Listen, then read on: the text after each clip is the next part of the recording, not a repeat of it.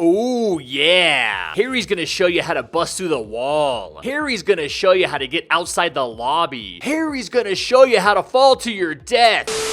What's up, Cat Gang? If you haven't figured it out by now, this video is all about the secrets and glitches in the new tower defense sim lobby. But before I get started, go ahead and hit that like button. 9 out of 10 doctors agree that liking this video will increase your enjoyment of life by 1 bazillion%. I'm gonna start you off with some of the basic things that I found. The first thing I want to show you is gonna give you a nice clear view of none other than the crate opening room. Unfortunately, we couldn't find a way to get in there for this video, but I guarantee you that all the 11-year-olds playing this game won't give up until they've used the Frozen and Transcendence emotes in every corner of the lobby to find a way in. Now, I have to admit, this is a little tricky to do, but basically, just stand where I'm standing now and scroll your camera all the way out. Then, try to get it to glitch into the water surrounding the minigunner statue. It's tough, but if you don't give up, eventually, you'll see this. It's the crate opening room! You get a really good view of it from this angle, and if you're careful with your camera, you can even move it from side to side to see the entire room without getting glitched back above the ground. Now, I gotta tell ya, this whole thing started because I heard that there was a way you could glitch your camera under the lobby and see the other bosses from this event waiting to appear above the ground once their night is activated. So when I failed to see them from this angle, I kept trying to find a better spot. This led me to the small steps that go into the survival elevator's hallway, and after some messing around, I found that if I stood like this and angled the camera out here and then drug the camera across the ground at a slow speed, I would actually be able to get the camera to glitch directly into the crate opening room and have an even better view of things here than from the other angle. So if you try this, be sure to scroll your camera all the way out. I think this gives it the best chance to be forced through the ground so that you can actually see what's going on outside of the normal lobby area. Again, from this spot, you can kind of move the camera around the room without it glitching out if you move it slowly. Okay, at this point, I was pretty sure the bosses were right underneath the camera, so I kept trying to get it to go into a reverse angle, but it just wouldn't work. Every time I got close, it would glitch back above the ground, and eventually, I resigned myself to the fact that I just wasn't gonna be able to see them. So moving on, even though I had already failed twice, I decided that I wasn't gonna be able to see the bosses with some weird camera angle, so I went around using emotes to try and glitch through the wall and fall to my death just to hopefully catch a glimpse of them on my way down. By this time, I'd picked up quite a large group of cat people following me around, and once they heard what I was doing, they jumped right into action to help me solve this problem. We did some Frozen emotes, and then we did some Transcendence emotes. I even tried to reset myself so maybe my head would fall through the ground and I could see them that way. But then, to my complete surprise, Doggo says, "Hey, come follow me, I know a secret." So I followed the doggo. He took me over to the big green tank that's sticking out of the hallway by these survival elevators, and the next thing I knew, he was on the tank, and then he was off the tank because he fell off the side. Like, OMG, how'd you do that, bro? He tells me to use the comeback emote. What? I've never even used that emote before. But sure enough, after a couple of tries, I got through. Mom, get the camera! I'm on top of a tank! This is actually not hard at all. And once I learned how to do it, I could do it on my first try every time. The first step is to equip the comeback emote. The second step is to turn the shift lock switch on, but don't activate it yet. Once you're standing on front of the tank, turn your avatar away from the area that you're trying to glitch into. Then do the comeback emote, and just as your avatar does the flip, hit shift to activate shift lock, and it'll glitch you through the invisible barrier, and bam, you'll be doing the emote on top of the tank. Now you're free to run all around and mock your friends that can't get in.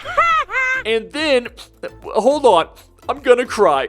And then I was finally able to see the bosses from the other night just chilling down below the lobby, floating out in space, doing nothing at all. Now, the coolest thing about this is that you can see them moving, which is interesting because above ground they're statues, or at least they're frozen in stone. And just like how Jax is moving now, these bosses are already moving around, waiting for their nights to start. I wonder why it has to be like that. Does this make it easier to activate them when their night starts if they're already part of the lobby? Oh wait, I bet what happens is that once the countdown timer for that night ends, they automatically likely replace the stone version, and that's when we'll be able to see him moving around above ground. Because you probably noticed that every time you load into the TDS lobby, the Jack statue is actually frozen, and then the tombstone goes down underground, and that's when he starts moving. So I bet if you were fast enough, you could actually see him standing underground where the other bosses are when you load in, and then he teleports up to the top once the tombstone lowers. So I think the bosses are always going to be under the lobby like this when you first load in, even after their knights have been activated. So now that you're done messing around on top of the tank, you might be thinking, how the heck do I get out of here? Well, there's two ways. One, you can glitch back through the invisible barrier the same way you got in, or two, you could just jump off the side of the tank into the abyss. At least if you pick the second way, you can wave to the bosses on your way down. All right, now you might be thinking, Harry, that's all I needed to know. This video must be over. But you'd be wrong. I have one more super duper cool lobby secret to show you. And believe it or not, it's actually easier than the tank method for seeing the bosses. As we were finishing with the tank, random person says, follow me. So of course I did, because I always follow random people. Hey yo, what the? He took me to the Hall of Champions, which is where the next glitch is. And all you have to do to get to this glitch is jump on top of the Paradoxum Games logo, then jump onto the ledge that's right next to it, and walk to your left, and voila, you'll fall right through the ledge and onto an even smaller ledge. From here, you can once again clearly see the bosses floating out in space, doing absolutely nothing. This is by far the easiest way to get outside the lobby, but you have to be careful. This outside ledge is really tiny and you can easily fall off. Now, what's really cool about this spot is that the camera isn't impeded by walls, so you can swing it all the way around and see everything that's outside the new lobby. This was actually when I realized that there's actually two suns in this lobby. What is this, Tatooine? There's the main one that you can see behind the moon that's part of the solar eclipse, and then there's the second one that's just off in the distance doing absolutely nothing. Another interesting discovery I made while out here is the fact that the mysterious black box from the other TDS lobby is also in this lobby. I don't know exactly what it's for, but you can clearly see something coming out of the bottom, which kind of looks like the bottom part of an elevator to me. It could also be a temporary holding area for people that are teleporting into the event, since the event doesn't use elevators. Maybe your avatar gets sent over there until the game is ready to take you. Of course, it's also completely plausible that it's a black site the TDS devs use to torture zombies that aren't doing what they're supposed to. I'm looking at you, Boomer. And that's all the secrets I've found in this lobby so far. If you know of anything cool that I didn't cover, be sure to let me know down in the comments below. And if I get enough of them, I'll make another lobby secrets video. Now, if you enjoyed this video, go ahead and smash that like button with your forehead, hit the subscribe button with your big toe, and turn on notifications however you can so you don't miss any of my amazing upcoming content. And I will see you guys next time. Take care, be safe, and never forget what I always say. Peace!